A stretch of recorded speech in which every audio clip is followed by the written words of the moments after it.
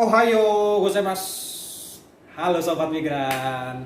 Ketemu lagi di program di UPT BP2MI Serang Vlog. Kita kali ini kedatangan tamu yang sangat-sangat spesial. Spesial kenapa? Dia masih ganteng, gagah, single. Nah, wanita-wanita pasti pada suka nih. Ya, langsung saja kita dengan Mas Faisal. Mas Faisal, perkenalkan diri dalam bahasa Jepang. Ya, baik. Ohayou gozaimasu minasan. Hajimemashite, watashi no namae wa Muhammadu Faisal Malik desu. 26歳です。パンダイグランから来ました。私の高校はラタンサ高校です。よろしくお願いします。 Itu tadi ngomong apa tuh? Artinya apa tuh? Tadi perkenalan diri Mas. Jadi nama saya Muhammad Faisal Malik. Umur saya 26 tahun. Saya berasal dari Pandeglang dan saya pendidikan terakhir saya adalah SMA Latansa. Wih, SMA Latansa, alumninya nih. Siapa tadi? Ada apa ya?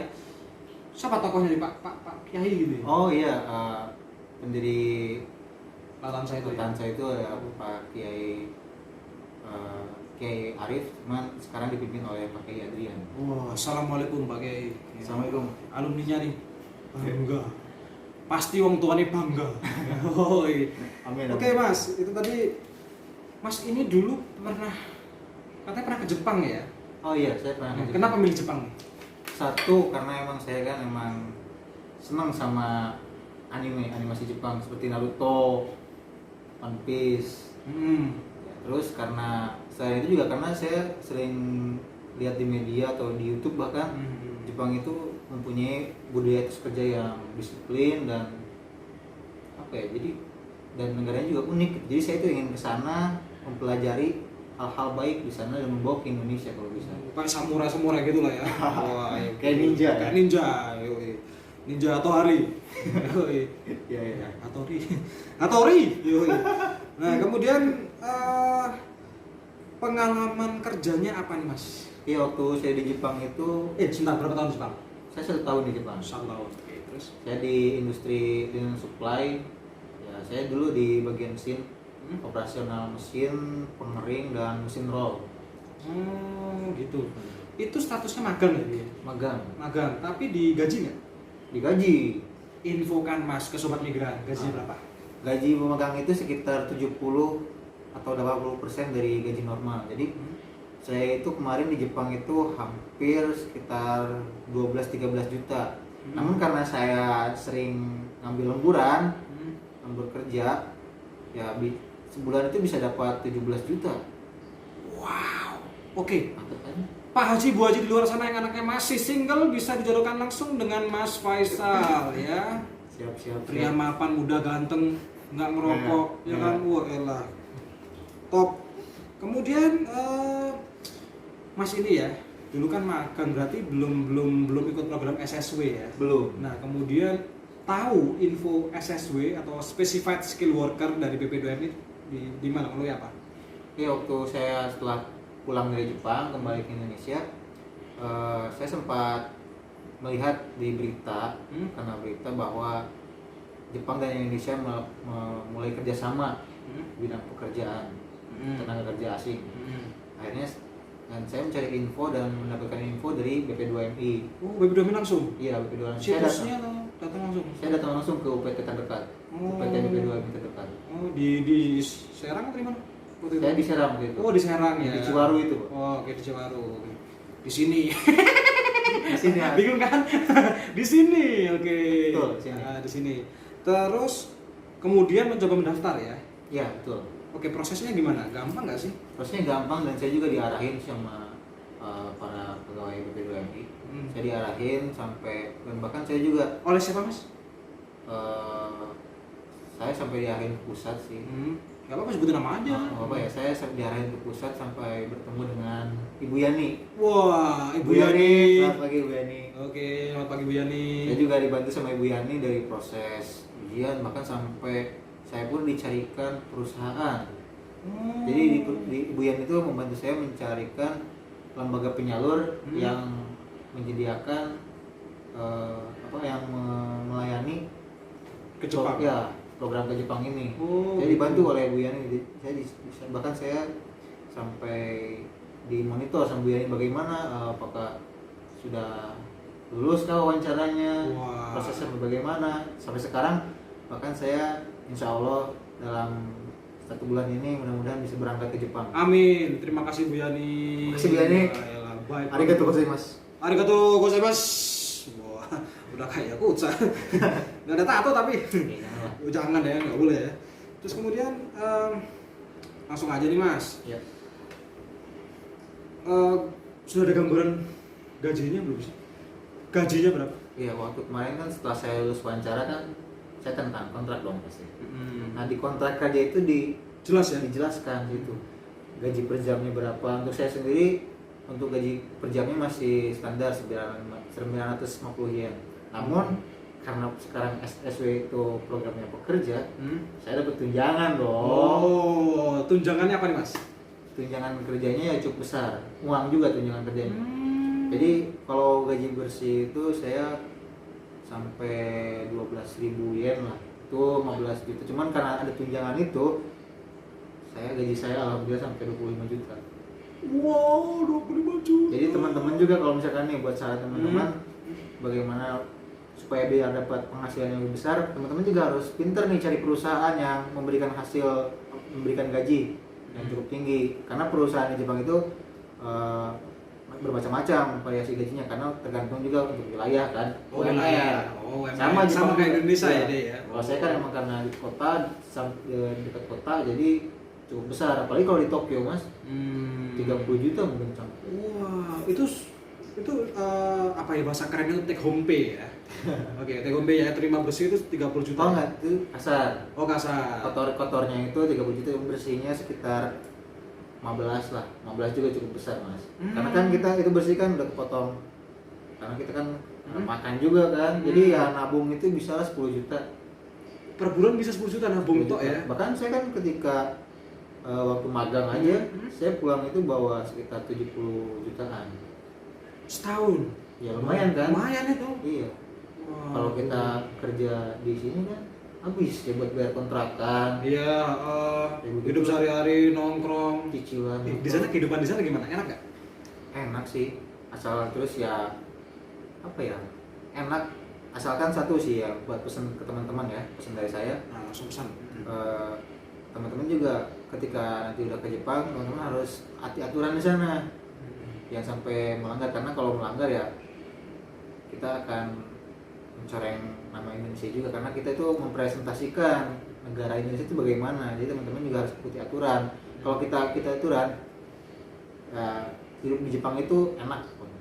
Contohnya kayak ketika ketika ada di tempat umum, kendaraan umum, contohnya di kereta KRL.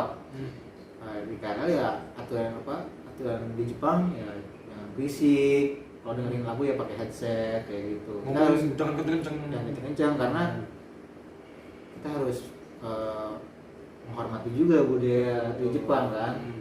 Jangan samakan juga apa ya? Jepang itu unik bagi saya. Unik gimana? Unik itu satu banyak hal aneh di sana.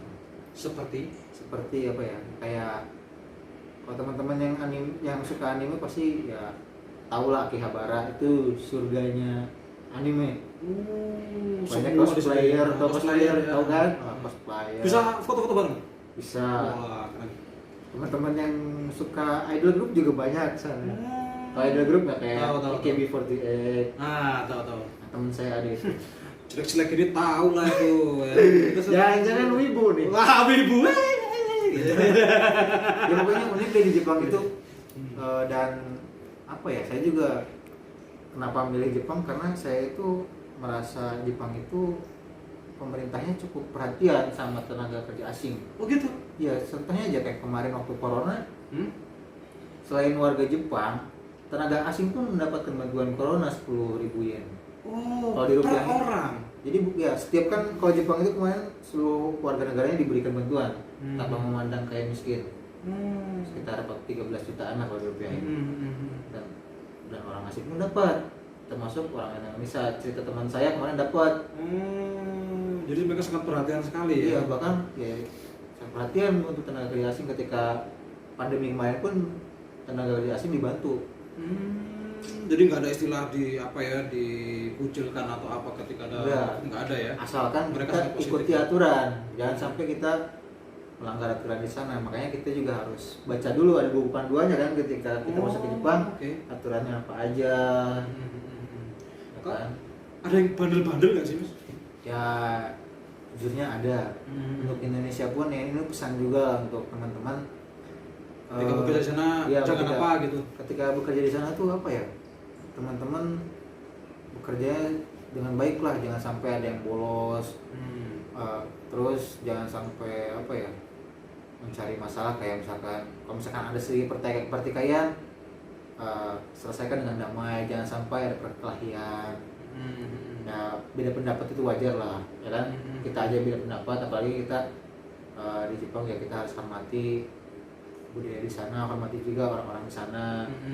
Karena ya kita yang bekerja di sana itu tenaga kerja asing kan bukan Indonesia aja, ada Vietnam, ada Tiongkok, ada Brazil, ada Thailand, Bangladesh, Nepal. Oh, banyak juga ya Banyak. TKA-TKA-nya ya. Bahkan bule juga kan di sana mah sama kayak kita statusnya.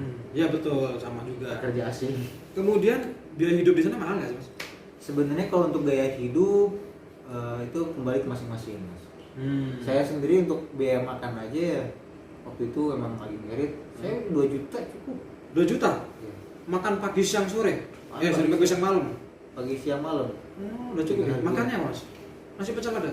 Nasi Tapi pecel. nggak makan Indomie kan mas? Oh itu wajib dong, karena Indomie juga ada di Indomie. Jepang kawan-kawan. Yang ngomong anak kosan. Terus ya, jadi saya Tapi jangan sering-sering dong mas. tenang.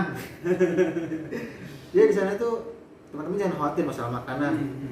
Untuk teman-teman yang muslim terutama di sana itu ada beberapa toko halal food. Jadi nggak usah Oh, khawatir ada labelnya. labelnya halal ya? Food, iya. Halal corner.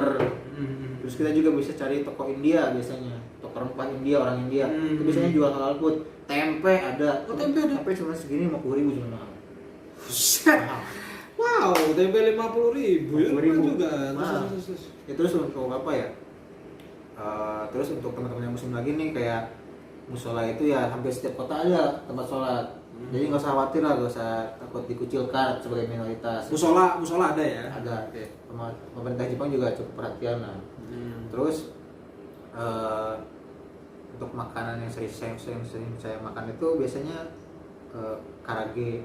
Karena gitu. Karage itu sejenis ayam goreng lah, cuma bentuknya bulat-bulat. Oh. Ya ini sih bagi saya yang mudah karena saya kerja kan dari Senin sampai Jumat, bahkan saya Sabtu Senin lembur mas.